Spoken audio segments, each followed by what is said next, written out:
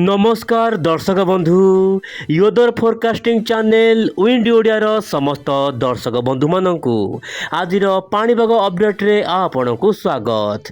दर्शक बंधु राज्य में बदलबार लगी पाणीपाग तेबे आगामी दिन में आसूची बड़ वर्षा तेबे केउ राज्य में हेब वर्षा आज वीडियो रे विस्तृत आलोचना करबा। सर्वप्रथम देखिबा सैटेलाइट इमेज रे कोन रही बड़ खबर पाणीपागर प्रणाली। आपण देखंतु पूर्वाणु वायु वर्तमान राज्य भितर को प्रवेश करुची सहित दक्षिण पश्चिम वायु ओडिशा सहित देशर विभिन्न भाग में पहुँचबार लगी।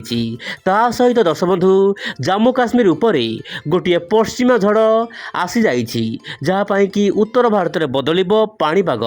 तेज देशर विभिन्न अंचल में वर्तमान पाणीपागर प्रणाली धीरे धीरे बदलिबारु राज्यर विभिन्न अंचल में वर्षा देखा मिल पारे।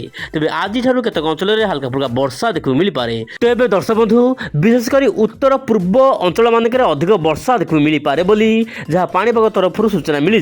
तेज ओडिशार केउ जिले में वर्षा हेब आपण वीडियो शेष देखूँ मुझे निश्चय पर स्पष्ट करी। वर्तमान समय वायुर चलन आप देखूँ मुझे कही दर्शक बंधु पूर्वाणु वायु सक्रिय रही सहित आरब सागर आपणकर जलीय बाष्पूर्ण वायु ओडिशा भितर प्रवेश करुच्ची जहाँपाई कि आज ओडिशार केतक अंचल में वर्षा होबार आशंका रही। पूर्वाणु वायु जेहेतु सक्रिय रही उपकूल ओडिशार जमीक कटक पारादीप जगतसिंहपुर पुरी भद्रक बालेश्वर ब्रह्मपुर यही सब स्थान मानक आकाश सामान्य मेघ रु 10टा पर खरार प्रकोप सामान्य वृद्धि होबार आशंका रही किंतु उपरबेला उपकूल ओडिशार केतक अंचल में हल्का मध्यम धरण वर्षा हेब बोली जहाँ पाणीपाग तरफ सूचना मिली। सेपरी ECMWF मॉडल आकलन कर मोबाइल स्क्रीन देखु।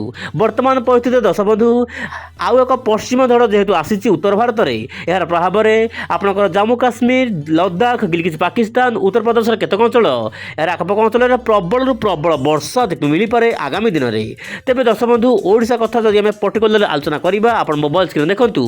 आज हूँ दर्शक बंधु आपंकर 13 तारिख किंतु 14 तारिख बदल पाणीपाग आज हल्का फुल्का वर्षा ओडिशा केतक अंचल हो पारे किंतु दर्शक बंधु 14 तारिख बदल पाणीपाग जहाँ मोबाइल स्क्रीन देखु आपंकर उत्तर आभ्यंतर जिला गुड़िक हल्का मध्यम धरण वर्षा देखा मिल पारे बोली जहाँ आंचलिक पाणीपाग ट्वीट कर दर्शक बंधु आपंकर 15 ରୁ 16 तारिख मध्य जगतसिंहपुर कटक केन्द्रापड़ा ता सहित बालेश्वर भद्रक केउझर ढेंकानाल अनुगुल खोर्धा नयागढ़ यार आखपाख अंचल में मध्यम प्रबल वर्षा स्थान स्थाने घड़घड़ी सहित वर्षा हो पारे बोली पाणीपाग तरफ ट्वीट कर मोबाइल स्क्रीन देखु। किंतु दर्शक बंधु 16 तारिख एवं 17 तारिख सामान्य अधिक वर्षा उपकूल ओडिशा सहित दक्षिण आभ्यंतरीण उपकूल ओडिशार केतक अंचल में मध्यम प्रबल वर्षा काल बैशाखी जनित झड़ तोफान होबार आशंका रही बोली जहाँ पाणीपाग तरफ बिग अपडेट बा बड़ अपडेट दि जाइए। आप मोबाइल स्क्रीन देखु मालकानगिरी कोरापुट रायगड़ा गंजाम गजपति नयागढ़ खोर्धा पुरी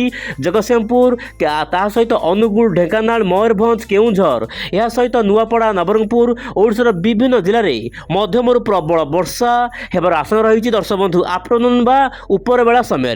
तेज दर्शक बंधु आगामी दिन में कौन सब पाणीपाग अपडेट आसूची आपण विंड ओडिया चैनल सहित निश्चय पर जोड़ी ही रुहतु। तेज आज कि पुणी देखा आसना काली आउ एक नुआ पाणीपाग अपडेट रे। नमस्कार जय जगन्नाथ दर्शक बंधु।